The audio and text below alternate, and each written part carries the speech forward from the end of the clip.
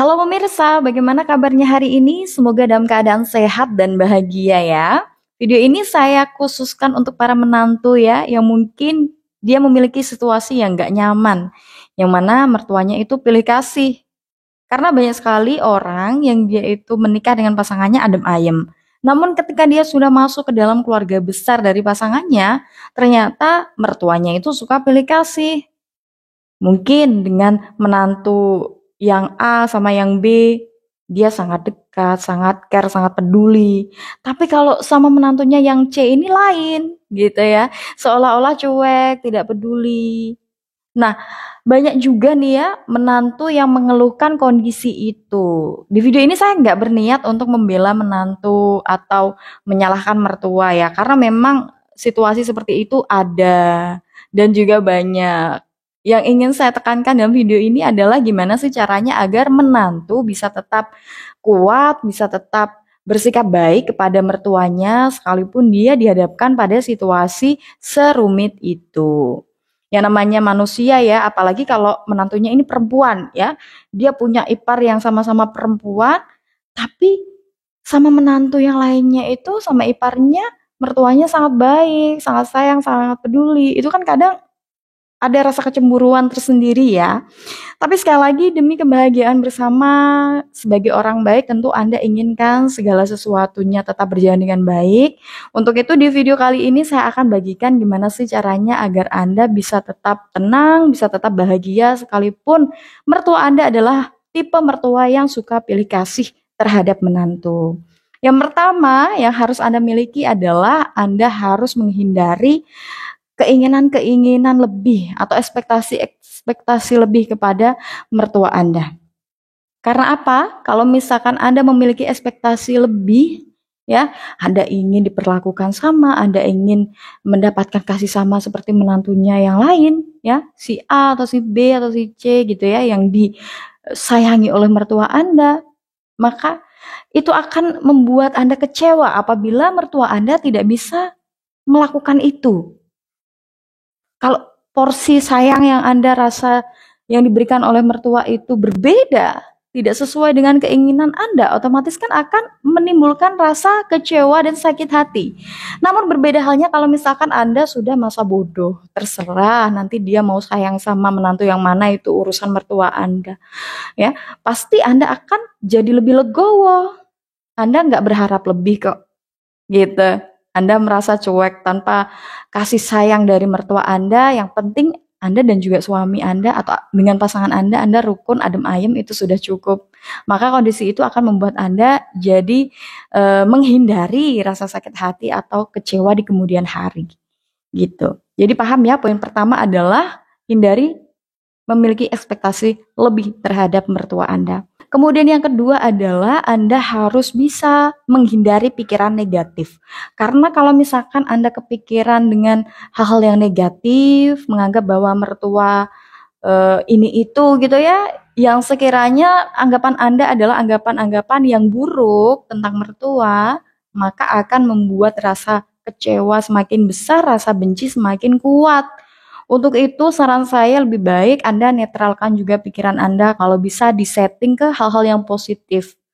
Jadi kalau misalkan Anda memikirkan hal-hal yang negatif nih, wah mertuaku ini cuma sayangnya sama si A. Nah itu kan pikiran yang negatif ya. Tapi kalau coba Anda menyetir ya atau menyeting ke pikiran yang positif, mertuaku ini sayangnya sama si A, mungkin karena si A ini sering bantu mertua, atau mungkin si A ini sering peduli kepada mertua, atau menyokong perekonomiannya mertua, ngebantu mertua terus. Itu kan pikiran positif ya, yang membuat diri kita jadi gak iri kepada orang lain gitu. Jadi harus diubah. Kalau misalkan mertua kok ngasih nih ya ke menantu yang lain, ngasih baju misalkan, kok Anda nggak dikasih? Itu kan pikiran yang negatif, jangan-jangan mertua pilih kasih nih, si A saja yang dikasih, aku enggak. Itu kan pikiran yang negatif. Coba kalau Anda ubah ke pikiran yang positif, oh mungkin saja si A ini yang lebih membutuhkan.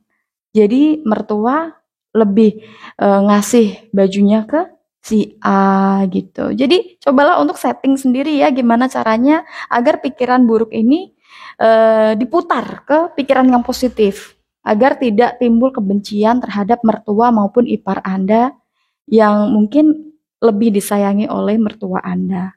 Kemudian hal ketiga yang bisa Anda lakukan adalah tetap melakukan kebaikan-kebaikan untuk mertua Anda. Lakukanlah pendekatan kepada mertua Anda. Bisa saja mertua Anda itu terlihat pilih kasih karena memang akrabnya dengan menantu yang lain. Sementara dengan Anda kurang begitu dekat dengan dia, kurang komunikasi dengan beliau. Untuk itu coba perbaiki hubungan dengan melakukan kebaikan-kebaikan kepada mertua. Oke? Ya. Kemudian yang keempat adalah minta bantuan pasangan Anda untuk mendekatkan Anda dan juga orang tuanya. Cobalah tanya ke pasangan Anda, kira-kira makanan apa sih yang disukai oleh mertua Anda? Kira-kira mertua Anda itu hobinya apa sih? Suka ngomongin apa sih? Warna kesukaan bajunya apa sih? Nah, dengan menggali informasi tentang hal-hal yang disukai oleh mertua, tentu akan membuat Anda kan jadi lebih tahu dan lebih kenal. Jadi nantinya kalau misalkan Anda ingin bawa bingkisan atau pas lebaran Anda datang ke rumah mertua Anda bisa tahu nih ya, apa saja sih yang disukai oleh mertua Anda bisa menghadirkan itu.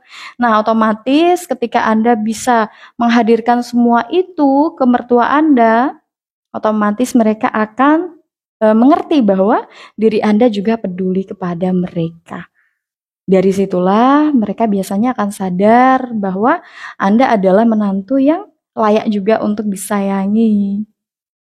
Nah, itu tadi pemirsa beberapa tips dari saya ya terkait dengan mertua yang mungkin pilih kasih agar Anda juga bisa mendapatkan kasih sayang dari mertua Anda.